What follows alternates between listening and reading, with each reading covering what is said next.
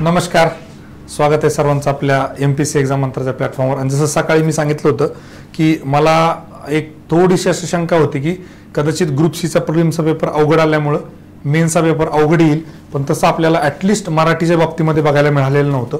ते थोडंसं इंग्लिशमध्ये बघायला मिळालं की एक मॉडरेट लेवलचा पेपर आपल्याला इंग्लिश ग्रामरचा बघायला मिळाला। अवघड कॅटेगरीमध्ये पॅसेजेस म्हणजे उतारे ते आपल्याला पहिल्या पेपरचे बघायला मिळाले आणि कुठेतरी ती भीती सत्यामध्ये उतरवताना आन्सर की आल्यावर कळेल। काही जणांचा उत्साह खूप जास्त आहे की पेपर खूप सोपा होता।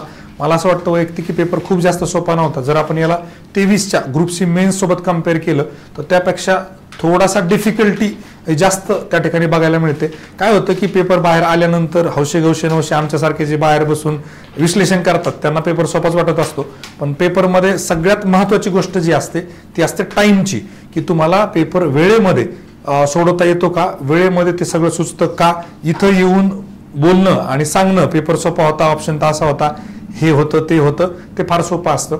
इथे जर आपण GS2च्या बाबतीमध्ये थोडासा विचार केला तर मल्टी स्टेटमेंटवाले बरेच प्रश्न होते। म्हणजे करंट मधला पण जर आपण स्कीमचा प्रश्न बघितला तर 2 स्टेटमेंटवाला होता आणि तेवढा सोपा प्रश्न नव्हता। अशा प्रश्नांनी एक प्रश्न अवघड आल्याने सगळा कट ऑफ कमी येण्याचं कारण नाही, पण हा अवघड प्रश्न बाकी सोप्या प्रश्नांना दिला जाणारा वेळ ओढून घेत असतो, तो स्पीड ब्रेकर असतो। तो जो मोमेंटम एक गेन गेलेला आहे पेपर, आपण स्पीडमध्ये पेपर सोडतो अचानक स्पीड ब्रेकर आला, आपली गाडी 100च्या स्पीड अचानक रस्त्यात कुत्रा आलं, डायरेक्ट आपला ब्रेक दाबावं लागतात 0, परत मोमेंटम घ्यायला आपल्याला वेळ लागायला लागतो। असे प्रत्येक विषयामध्ये काही काही प्रश्न होते जिथं आपल्याला त्या ठिकाणी थांबावं लागत होतं, विचार करावा लागत होता आणि मग पुढे जावं लागत होतं। आणि हे प्रत्येकाच्या बाबतीमध्ये लागू होत नाही। काही काही जणांना सवय असते की स्पीडमध्ये सोडून ब्रेक घेऊन पुढे जाण्याची, पण प्रत्येकाच्या बाबतीमध्ये जेव्हा विचार करतो आपण की जास्तीत जास्त म्हणजे ॲव्हरेज विद्यार्थ्यांच्या बाबतीमध्ये हे डिफिकल्ट काम आहे। त्यात जर आपण थोडं विषयानुरूप जर बघायचा विचार केला की बाबा ह्या विषयामध्ये काय, त्या विषयामध्ये काय, पॉलिटीमध्ये जर विचार केला तर तेवढे सहजासहजी वरच्या लेवलचे, जसं ग्रुप बी प्रिलिम्सला म्हणजे फुल टॉस कॅटेगरीतले बरेचसे प्रश्न होते, इव्हन ग्रुप बी मेन्समध्ये आपल्या फुल टॉस कॅटेगरीतले भरपूर प्रश्न वन लायनर टाईपमधले तसे जास्त बघायला मिळाले नाही। आणि थोडंसं म्हणजे समजा 2 राज्यांमध्ये एक राज्यपाल जर असेल तर त्याचं रिन्युमेशन कोण करतं, घाईघाईमध्ये आपण पार्लमेंट आहे, असेंब्ली आहे का, गव्हर्नर आहे का, प्रेसिडेंट आहे याच्याकडे जास्त लक्ष देत नाही। त्यामुळं त्या प्रश्नाचं करेक्ट उत्तर येण्यासाठी त्या शब्दावर फोकस होणं आवश्यक होतं। ज्यांनी केलं त्यांना मार्क पडले, सगळ्यांनी केलं असेल का, आय डाऊट, की मला त्याबद्दल शंका आहे। त्यामुळे पेपर वाटतो तेवढा सोपा नाहीये। आणि हे आपण वेळोवेळी बघितलं की पेपर झाल्या राज्यसेवा पेपर झाल्या 450च्या खाली कोणी यायलाच तयार नव्हतं, बरोबर आहे की सगळ्यांनाच मार्क किती येते, 500 प्लस वाले खूप जण होते। जसे आन्सर की आले तसे मार्क कमी व्हायला लागले। Same applies to even group B मेन्सच्या बाबतीमध्ये पण सुरुवातीला खूप जणांना मार्क ऍक्च्युअली होते, पण जसं म्हणजे क्लास कीनं काय होतं की आपण काय करतो की ह्युमन टेंडेन्सी असते, आपल्याला आपले बरोबरवाले बरोबर वाटायला लागतात। ह्या मास्तरने इकॉनॉमीचं हे दिलं आणि त्यानं सायन्सचं ते दिलं तर आपण हे बघत नाही आपले 2 चूक आहेत का बरोबर, आपण म्हणतो ते माझं बरोबर आहे, त्यांनी सांगितलेलं बरोबर आहे, आपण ते करेक्ट पकडतो। त्यामुळे थोडीशी मार्कांची हाईप सुरुवातीला जोपर्यंत आन्सर की येत नाही तोपर्यंत असते। त्यामुळे ज्यांना असं वाटतं की मला कुठेतरी थोडं बाकीच्यांपेक्षा कमी मार्क आहेत त्यांनी काळजी करण्याची आवश्यकता नाहीये, हे आन्सर की आल्यानंतर हळूहळू कळायला लागतं। आणि जर वर्स्ट केस सिनारिओ असा झाला की बाबा खूप सारे क्वेश्चन कॅन्सल झाले ग्रुप बी मेन्स मध्ये झाले तर तसं झालं तर मात्र मग कट ऑफवर अजून फरक पडतो। त्यामुळे आपण एवढ्या लवकर कट ऑफच्या निर्णयापर्यंत येणं किंवा पेपर सोपा होता, पेपर खूपच अवघड होता, मला असं वाटतं हे थोडं प्री मॅच्युअर आहे। त्यामुळे आपल्याला थोडासा एक वेळ जाऊ द्यावा लागेल, अजून बऱ्याचशा विद्यार्थ्यांसोबत चर्चा करावी लागेल, त्यांनी पेपरमध्ये ऍक्च्युअली काय सोडवलं, वेगळ्या त्या विषयाच्या एक्सपर्ट सोबत थोडं डिस्कशन करावं लागेल, त्यानंतर आपल्याला अंदाज येईल। पण प्राथमिक निरीक्षणे जे सगळेजण आतुरतेने वाट बघत असतात त्यात मी एवढं सांगेल की ग्रुप सी 2023च्या बाबतीमध्ये हा पेपर थोडासा डिफिकल्ट कॅटेगरीमध्ये जातो। त्याचं कारण महत्त्वाचं हे आहे की इकॉनॉमीमध्ये नो डाऊट की काही 3-4 फुल टॉस होते एकदम, पण तिथेही तुम्हाला विचार करावा लागत होता। म्हणजे GSTच्या बाबतीमध्ये पण की 2-3 स्टेटमेंट दिलेत, भले आपण ते करेक्ट सोडू, सोपे प्रश्न होते, पण वेळ खूप जास्त जातोय आपल्याला। जर आपण याचा ऍक्ट बघितला फूड सिक्युरिटीचा तर महाराष्ट्राच्या बाबतीमधली डेट विचारली, तो LCM न सुटतो तो वेगळा भाग सोडून द्या, पण तिथं LCM लावण्याची हिंमत कोणी केली असेल, ज्यांनी चांगला प्रॅक्टिस आहे, ज्यांना सराव, ज्यांना कॉन्फिडन्स आहे त्यांनीच केला असेल। म्हणजे तिथे आपल्याला असं बघायला मिळेल की सगळ्यांनी ते केल्याची शक्यता फार कमी आहे। त्या अनुषंगानं आपण जेव्हा एक विषयाचा विचार करतो, RT RTS नेहमी सोपे असतात, GPS रिमोट सेन्सिंगवर नेहमी सोपे, ते ॲज युजल सोपेच होते. पण तुम्ही अजून थोडंसं पुढे जाऊन इकॉनॉमी झाला, जिओग्राफीच्या बाबतीमध्ये पण जर बघितलं ना तर तेवढं आपल्याला सहजासहजी असं लगेच सुटेल असे पण प्रश्न नव्हते.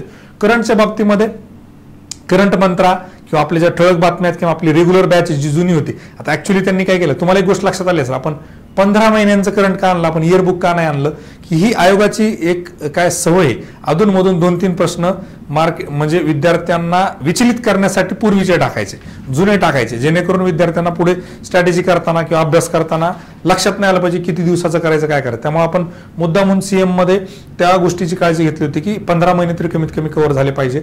अनफॉर्च्युनेटली त्याच्याही ते मागे गेले, पण आपली पूर्वीची बॅच असल्यामुळे ते मी चॅनलवर पण टाकलं होतं MPSC एक्झाम मंत्रामध्ये की 20 मार्चचा जो क्वेश्चन असेल किंवा अजून मला शोधायचे राहिलेत, आणि इव्हन CM मधले पण बरेचसे प्रश्न शोधायचे लागलेत. पण मला ते फिनलँडचं एक आठवलं, मी तिथं लॉजिक काय सांगितलं होतं की फिनलँड नाही, फनलँड म्हणा, फन म्हणजे आनंद, तुम्हाला लगेच लक्षात येईल फनलँड, फिनलँड म्हणजे ते कसं लक्षात ठेवायचं ह्या बाबतीमध्ये पण आपण त्या ठिकाणी वेगवेगळ्या न्यूमॅनिक्सच्या माध्यमातून, इंटरलिंकेजेसच्या माध्यमातून करंट सोपं करण्याचा आपण प्रयत्न केला. त्याचा कुठेतरी पेपरमध्ये फायदा होतो, कमी वेळामध्ये ॲक्युरेटली प्रश्न सोडवता येतो.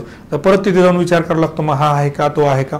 तर त्या अनुषंगानं चालू घडामोडी त्या मानानं सोप्या होत्या, मी त्याला सोप्याच म्हणेल, त्यात अवघड फारसं काही वाटत नाही. त्यानंतर पॉलिटी झालं, हिस्ट्री झालं, जिओग्राफी झालं. हिस्ट्रीमध्ये तुम्हाला वाटतं तेवढं सगळं सोपं नव्हतं. काही काही प्रश्न जसे मला असं वाटतं ग्रुप सी प्रिलिम्सला एक 3-4 प्रश्न जसे अवघड होते, तसेच मेन्समध्ये पण आपल्याला 3-4 प्रश्न अवघड कॅटेगरीमधले बघायला मिळतात. मला असं वाटतं मार्कांची रेंज जशी ग्रुप बीला हायर होती तशी अजिबात इथं दिसणार नाही. त्याचं एक दुसरंही कारण होतं, विद्यार्थ्यांमध्ये तेवढा उत्साह नव्हता, तेवढा अभ्यास बघायला मिळाला नाही. बरेच जण राजेशिवाले जस्ट जाऊन येतो बाबा, कारण इंडस्ट्री इन्स्पेक्टरच्या कमी जागा आहेत. ग्रुप सी मध्ये ज्यांचं सर्टिफिकेट होतं टायपिंग, त्यांना ही संधी कळाली नव्हती. वेळोवेळी मी हे सांगत होतो, इथे खूप चांगली संधी आहे, ज्यांना टॅक्स किंवा क्लर्कची पोस्ट काढायची त्यांसाठी एक संधी त्या ठिकाणी तयार झालेली आहे, पण खूप जणांनी त्याकडे दुर्लक्ष केलं. त्यामुळं तेवढा असा फोर्स ह्या पेपरच्या बाबतीमध्ये बघायला मिळत नाही. त्यामुळं कदाचित असं होऊ शकतं की खूप जणांचे चांगले स्कोर आता दिसतील, पण आन्सर की आल्यानंतर कमी झालेले बघायला मिळू शकतात. त्यामुळे ज्यांचा थोडासा कमी आहे त्यांनी थोडं विश्लेषण करण्याची गरज आहे, आत्मपरीक्षण करण्याची गरज आहे. जो मी एक मंत्र देत असतो, स्टॉप अँड गो अप्रोच, की काही दिवसानंतर आपण थांबलं पाहिजे, स्वतःला प्रश्न विचारला पाहिजे, जे करतोय ते योग्य आहे का, ज्या मार्गाने जातोय तो योग्य आहे का. जर नसेल तर त्याला रिव्हिजिट करून थोडी स्ट्रॅटेजी चेंज करून आपण पुढे गेलं पाहिजे. तसं जर तुम्ही चांगला अभ्यास केला असेल आणि तरीही पेपरमध्ये मार्क पडले नसतील तर तुम्हाला स्वतःचं आत्मपरीक्षण करणं फार गरजेचं आहे. इव्हन मी तर म्हणेल की फार वर्ष झाले असतील तुम्ही प्लॅन बीचाही विचार त्या ठिकाणी केलेला कधीही चांगला आहे, कारण प्रत्येकानंच अधिकारी व्हावं असं काही कंपल्सरी नाहीये.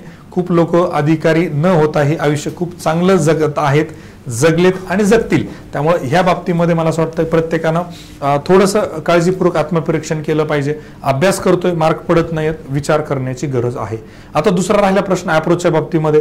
पेपर पहिला झाल्या जे विद्यार्थ्यांच्या प्रतिक्रिया होत्या की सर 50-50 मध्ये कन्फ्युजन झालं, ठोकताळ्यांचा चांगला वापर झाला, इव्हन अभ्यासाची पण त्या ठिकाणी गरज पडली नाही. पण वेळोवेळी मी सांगितलं की ठोकताळे म्हणजे अभ्यासाला सबस्टिट्यूट नाहीये, अभ्यासाला एक पूरक गोष्ट आहे. जिथं आपला अभ्यास कमी पडतो त्याच ठिकाणी, आणि जर अभ्यासानं सुटलं नाही तरच आपल्याला त्या ठिकाणी अप्रोच म्हणा किंवा logical reasoning, logical thinking, logical deduction, logical induction किंवा ठोकताळे याचा वापर करायचा आहे. त्यामुळं ती ज्यांनी काळजी घेतली की आपल्याला जो प्रश्न नॉर्मली अभ्यासानं आला नाही तिथे 50-50 मध्ये, इव्हन गणितामध्ये खूप विद्यार्थ्यांनी तो प्रयत्न केला.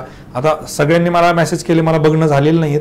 जसजसे मेसेज मी बघेल तसं आपलं जे चॅनल आहे चॅनलवर टाकण्याचा प्रयत्न करेल. आताही जवळपास 12 वाजत आलेले आहेत.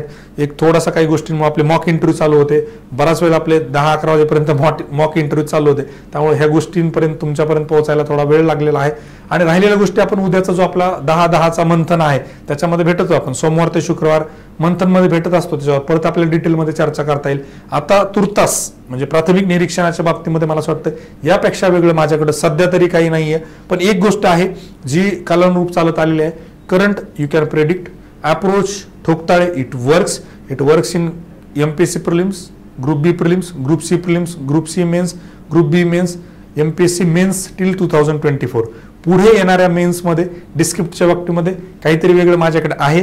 ते आपण जेव्हा डिस्क्रिप्टिव्हची मेन्स म्हणजे प्रिलिम्स होईल आणि मेन्सची तयारी चालू करू तेव्हा तुम्हाला एक एक गोष्ट हळूहळू मी सांगेल. त्याच्याबद्दल तुम्हाला निश्चितपणे काळजी करण्याची आवश्यकता नाही. आता थोडंसं आपण रिफ्लेक्शनच्या बाबतीमध्ये जर बघायचा विचार केला, वरवर नुसतं ठळक बातम्या खूप जणांना मी सांगत होतो की याच्यातून खूप रिफ्लेक्शन होईल, त्याची फक्त एक झलक तुम्हाला सांगतो. ठळक बातम्या सुरू करून फार दिवस झालेले नाहीत. आपण फक्त 2 व्हिडिओ आतापर्यंत बनवलेत. आजचा व्हिडिओ मला बनवता आला नव्हता. ठळक बातम्यामध्ये आपण लोकमान्य टिळक पुरस्कार 2024 घेतला होता. लोकमान्य टिळक पुरस्कार 2024 आपल्याला सुधा मूर्तींना 2024 चा दिला. हा प्रश्न ज्याने ठळक बातम्या हा सदर त्या ठिकाणी व्यवस्थितपणे सोडलेला होता, त्यांना या प्रश्नाचं पण उत्तर त्या ठिकाणी बघायला मिळालं असतं. 70वा राष्ट्रीय चित्रपट अरिजित सिंगचा हा पण आपल्या ठळक बातम्यातून त्या ठिकाणी कव्हर होताना बघायला मिळतोय. त्यानंतर जर आपण वर्ल्ड हॅपीनेस रिपोर्ट 20 मार्चचा जर बघितला तर हे करंट अफेअर्स मी जेव्हा हँडरिटन लिहायचो त्यानंतर एक टाईप केलेला प्रकार आपण आणला होता, त्यातला हा प्रश्न आहे.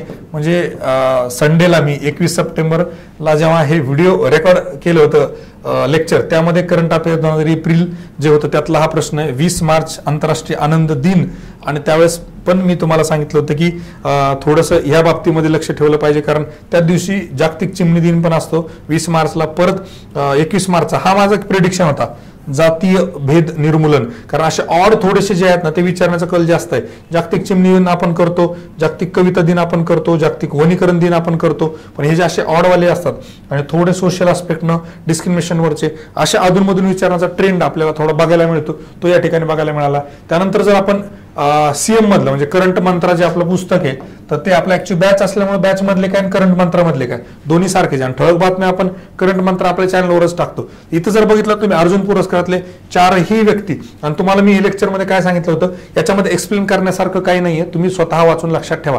मी हे एक्सप्लेन केलेलं नव्हतं, तर त्यातलं पण तुम्ही बघितलं. अंतिकाग्रा बुद्धिबळ, जर्मनप्रीत हॉकी, स्वप्नील कुसळे शूटिंग आणि अभय सिंग स्क्वॅश, हे 4ही ऑप्शन ऍज इट इज आपल्याला याच्यातून सोडवायला मिळतात किंवा यातून आपलं उत्तरापर्यंत जाता येतं. त्यानंतर हा जेडी सरांनी काढलेला प्रश्न आहे बघा, आपल्या आखाडा टेस्ट सिरीज मधला. आखाडा टेस्ट सिरीज आपली ग्रुप सी मेन्स साठी होती.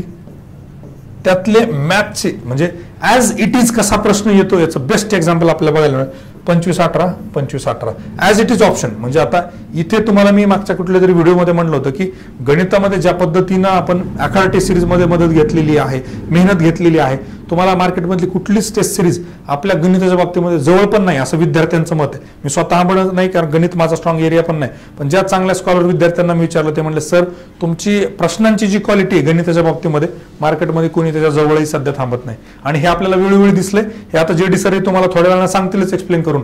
आणि हा बघा या पद्धतीने एमपीएससी प्रश्न विचारू शकते, याचं प्रेडिक्शन आपण आखाडा टेस्ट सिरीज मध्ये केलं. अशा प्रकारचा एक नाही तर 2 प्रश्न आपण आखाडा टेस्ट सिरीज मध्ये विचारले आणि तशाच पद्धतीचे प्रश्न आपल्याला पेपरमध्ये बघायला मिळाले. म्हणजे जो आपण एक निर्धार केला होता थीम बेस्ड आणि सायंटिफिकली डिझाईन्ड, तर सायंटिफिकली आणि थीम बेस्ड हीच होती आपली की आयोगाच्या वेगळ्या पद्धतीला आपण तयार राहिलं पाहिजे. मग आपण टॅगलाईन दिली होती बी प्रिपेअर्ड फॉर ऑल पॅटर्न्स. कुठल्याही प्रकारचा जरी पॅटर्न आला तरी आपण त्या ठिकाणी तयार असलं पाहिजे आणि तीच तयारी आपल्याला आखाडा टेस्ट सिरीज मधून त्या ठिकाणी बघायला मिळाली. आता हा जर प्रश्न बघितला आपण, हा पीवायक्यू बेस्ड आखाडा टेस्ट सिरीज मध्ये टाकलेला प्रश्न आपण ग्रुप सी मेन्स 2023 आपण हा टाकला होता. हा परत आपल्याला 24 मध्ये पण बघायला मिळाला.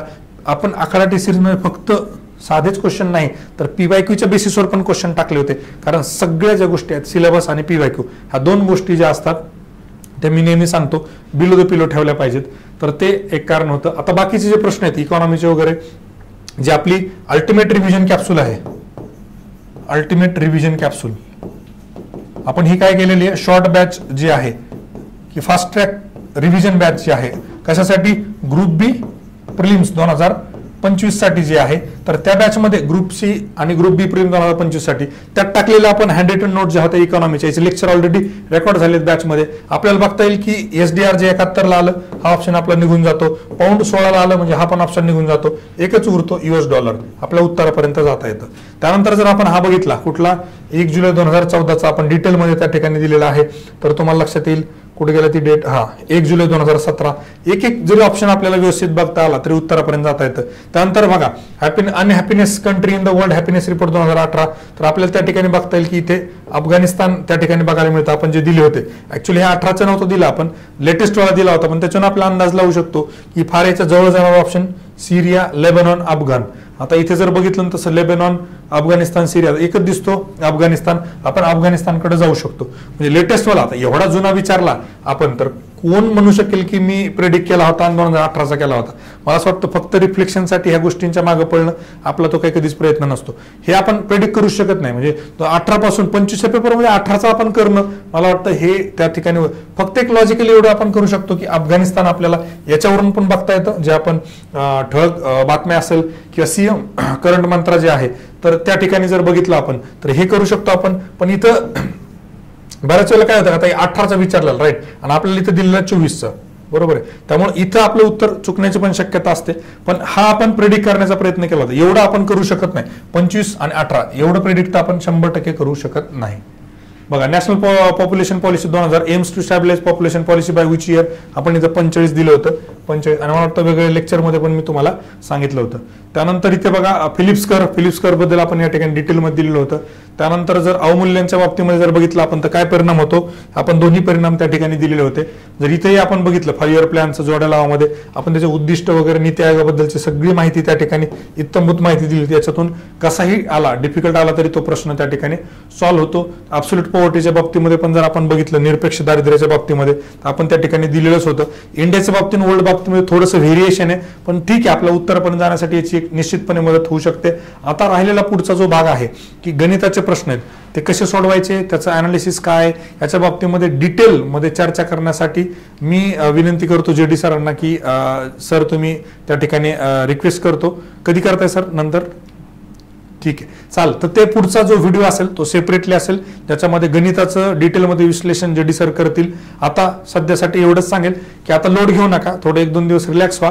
त्यानंतर ज्यांची राज्यसेवाची पूर्वपरीक्षा आहे त्यांनी परत थोडंसं आजच्या पेपरमध्ये जे काय झालं त्याचं इव्हॅल्युएशन करून त्या तयारीला लागा. राज्यसेवेच्या करंटचा पॅटर्न आणि ग्रुप सीचा पॅटर्न थोडा वेगळा असतो, त्यामुळे ह्या करंटवर राज्यसेवेला काय होईल याच्या प्रिडिक्शनच्या मागे लागू नका.